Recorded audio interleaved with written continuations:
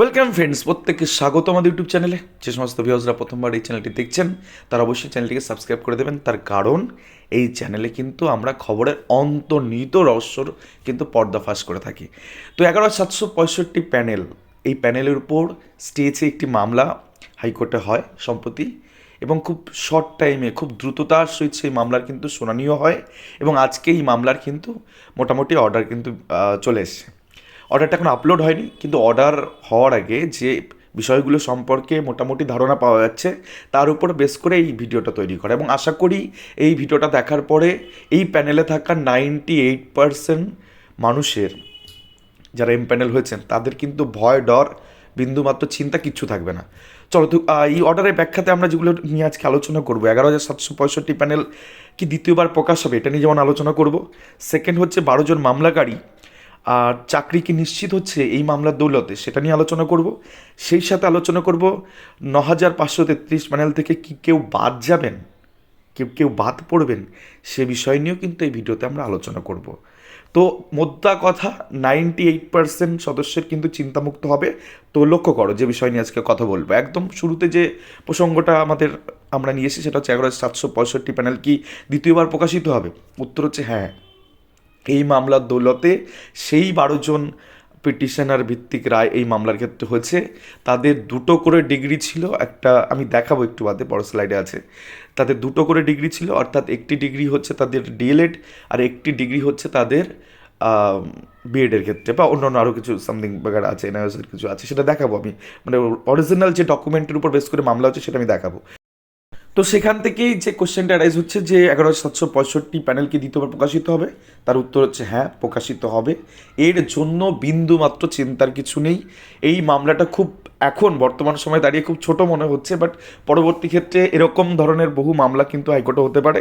তো প্যানেল 2বার 3বার 4বার 5বার হতেই পারে। আমি জানি না যে আজকে হাইকোর্টের রায় যেটা খুলে গেল রাস্তা, এরকম কিন্তু আরও প্রার্থী থাকতে পারে, তারা হয়তো হাইকোর্ট পর্যন্ত পৌঁছাতে পারেনি, এরকম মামলা কিন্তু হতে পারে। এটা নিয়ে চিন্তার কিছু নেই। এবার যে বিষয় নিয়ে আলোচনা করবো যে কেস নাম্বার, আমি কিন্তু পুরো ব্যাখ্যাটা করবো, এখনো ব্যাখ্যা শেষ হয়নি। কেস নাম্বার WPA অর্থাৎ রিট পিটিশন 2561/2024। এই টোটাল হচ্ছে সেই সুমন্ত কোলে সহ 12 জন প্রার্থীদের টোটাল যে এন্টার তাদের কী ডিগ্রি আছে বা কোন দুটো করে ডিগ্রি আছে এবং তারা কি সুন্দর করে করেছে, এবং আমি রিট ফাইলটা মোটামুটি বললাম বেশ সুন্দর করে গুছিয়ে করা।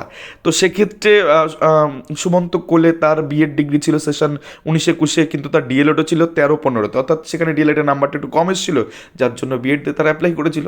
তো সেক্ষেত্রে তখন অ্যাপ্লাই করে তার ইন্টারভিউটা দিয়েছিল আর কি। তো সেক্ষেত্রে তখন নির্দেশ ছিল পর্ষদের যে দিতে পারবে, দেন সুপ্রিম কোর্ট সেটাকে অমিট করে দেয়, দেন তারা বাদ পড়ে যায়। তো সেক্ষেত্রে তারা ডিএলএড দিয়ে আবার নতুন করে দাবি জানিয়েছে। তো সেক্ষেত্রে তাদের ইন্টারভিউ যদি হয়ে গেছে, তো তারা যদি প্যানেলে আসে তাহলে সেক্ষেত্রে তারা প্যানেলে চলে আসতে পারে।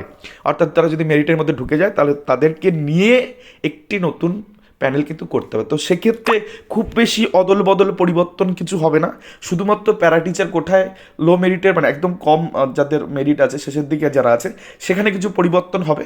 বাকি অন্য কোথাও কিন্তু তেমন কোনো পরিবর্তন হবে না। অর্থাৎ যারা নন এক্সামটেড এবং এক্স সার্ভিসম্যানের মধ্যে যারা আছে, তাদের বিন্দু মাত্র চিন্তার কোনো কারণ নেই।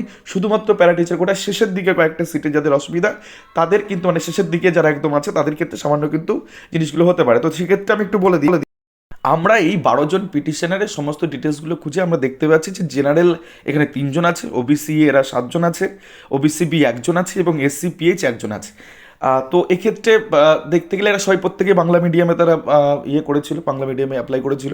তো সেক্ষেত্রে এসসি যে আছে তার তো আমরা জানি এসসিতে প্রচুর ভ্যাকেন্সি ফাঁকা আছে। আচ্ছা চলো আমি দেখিয়ে দিচ্ছি যে কোন ক্যাটাগরিতে বাংলা মিডিয়ামে কত ফাঁকা আছে। তাহলে সেক্ষেত্রে প্যানেল কিন্তু পরিবর্তন নাও হতে পারে যদি এরা সবাই ঢুকে যায় ওই ভ্যাকান্সিট কী আছে না, জেনারেলের ক্ষেত্রে একটি ভ্যাকান্সিট আছে, ওবিসি এর ক্ষেত্রে নেই, ওবিসি বির ক্ষেত্রে 4টে আছে, এসসির ক্ষেত্রে 697টা আছে, এবং এসটির ক্ষেত্রে 552টা আছে।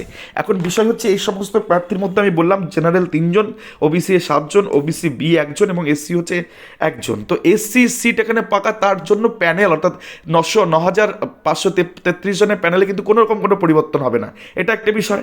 তারপর ধরে নাও এই যে জেনারেল যে আছে সেখানে একটি সিট হয়তো তাকে দিয়ে দিতে পারে যদি তার মেরিটের মধ্যে চলে আসে, তাহলে সেখানেও কোনো পরিবর্তন না হওয়ার কিন্তু বিষয় রয়েছে। আবার পরিবর্তনটা কিন্তু ওবিসি এর ক্ষেত্রে হতে পারে। তো এখানে কিন্তু এই যেটা বলছিলাম যে জেনারেল কিন্তু একটা ফাঁকা আছে কিন্তু জেনারেল ক্যান্ডিডেট হচ্ছে 3 জন। তো সেক্ষেত্রে 2 জন যদি এখানে ঢুকে যায় তাহলে সেক্ষেত্রে প্যারাটিচার কোটায় যারা একদম জেনারেলে রয়েছে শেষের 2 জন, সেই শেষের 2 জন কিন্তু বাদ পড়ে যাবে, এটা একটা বিষয়। ওবিসি এর ক্ষেত্রে দেখো 7খানা ওদের ক্যান্ডিডেট রয়েছে, তো সেক্ষেত্রে 7 জন কিন্তু ওবিসি এ ক্যাটাগরি, একদম এরা যদি এইখানে ইনক্লুড হয়ে যায় তাহলে তাহলে কিন্তু ওবিসি এ ক্যাটাগরি কিন্তু শেষের দিক থেকে বাদ যাবে ওই প্যারাটিচার কোটায় যারা ওবিসি এ ক্যাটাগরিতে বিলং করছে সেখান থেকে। ওবিসি এর ক্ষেত্রে প্রার্থী আছে মাত্র 1জন, আর সিট ভ্যাকান্ট আছে এই মুহূর্তে বাংলা মিডিয়ামে কিন্তু 4টে। তো এক্ষেত্রে পর্ষদ যদি ঠিকঠাক ক্যালকুলেশন করে তাহলে 9,533 জনের প্যানেলে হয়তো আর টাচ হবে না, অতিরিক্ত 1-2 জন একজন আছে তাকে কিন্তু এনরোল করতে পারে। তাহলে এই ওবিসি এর জন্য প্যানেল কিন্তু পরিবর্তন হচ্ছে না, জেনারেলের জন্য 2 জন বাদ পড়তে পারে প্যারাটিচারের থেকে। আর বললাম ওবিসি এর ক্ষেত্রে 7 জন, তারাও প্যারাটিচার কোটায় ওবিসি এর থেকে বাদ পড়তে পারেন। তো তাদের এই যারা শেষের দিকে আছে তাদের একটু সমস্যা। আর একটা বিষয় বলে দিই, এসসি যিনি আছেন, যে একজন প্রার্থী মামলা করেছেন তিনি আবার পিএইচ, তো এসসির ক্ষেত্রে সেই চাকরিটা কিন্তু হয়ে বসে আছে, কারণ ভ্যাকান্সি কিন্তু 697টা।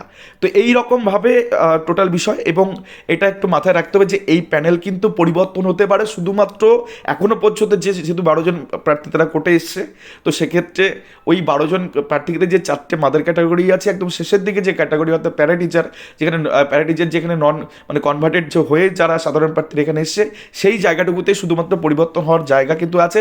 অর্থাৎ এখনও সেফ সিকিউর তারা যারা নন এক্সামটেড, যারা এক্সামটেড এবং যারা এক্স সার্ভিসম্যানের মধ্যে ঢুকে আছে, তাদের চিন্তা করার বিন্দুমাত্র কারণ নেই। শুধুমাত্র প্যারাটিচার কোটায় যারা বিভিন্ন ক্যাটাগরিতে মানে জেনারেল হোক, ওবিসি এ হোক, ওবিসি বি হোক, এসসি হোক, তারা শেষের দিকে যারা আছে তাদেরই শুধু এক্ষেত্রে একটু টেনশন হতে পারে, কারণ এই ধরনের মামলা কিন্তু আগামী দিনেও হবে। আমি একটু পরিষ্কার করে দিচ্ছি, এই যে গ্রাউন্ড আজকে খুলে গেল, তাদের 2টো করে ডিগ্রি আছে, তাদের যদি কোর্ট মান্যতা দিয়ে দিল, পর্ষদ যদি এটাকে মেনে নেয় এবং ডিভিশন বেঞ্চে না চ্যালেঞ্জ করে, তাহলে সেক্ষেত্রে কিন্তু এরকম আরও একাধিকবার প্যানেল পরিবর্তন হতে পারে। সেক্ষেত্রে যারা সেফ থাকবে তাদের বিষয়টা আমি পরিষ্কার করে বললাম। আর এইটা কিন্তু মাথায় রাখবে, এটা নিয়ে চিন্তার কিছু নেই, এর জন্য কিন্তু কাউন্সিলিং প্রক্রিয়াও আটকাবে না। তো টোটাল বিষয়টা আশা করি বোঝাতে পেরেছি। Thank you for watching this video, এবং ভিডিওটা ভালো লাগলে অবশ্যই লাইক, কমেন্ট, শেয়ার করে দাও এবং চ্যানেলটিকে সাবস্ক্রাইব করে চ্যানেলটির সঙ্গে থাকো। ধন্যবাদ সকলকে।